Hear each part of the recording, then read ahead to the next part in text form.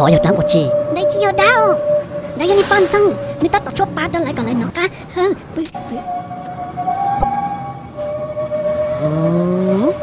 ủa chẳng giờ chỉ cho dù là nhé cũng tôi chỉ tao cho ba này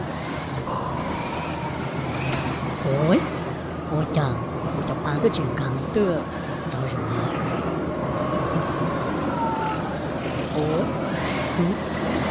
ủa chẳng chỉ có cái tên này sáng được một số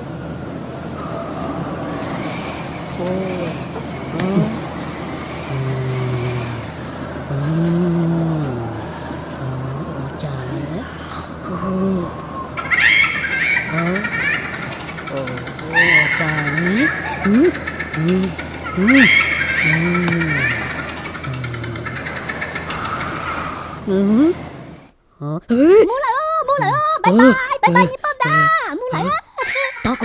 tao cũng nhục la nhớ dùng mua bông đa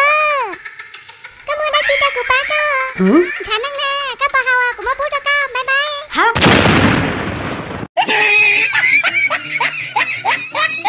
cô chỉ bảo hai kia không po cô chỉ mua lại bye bye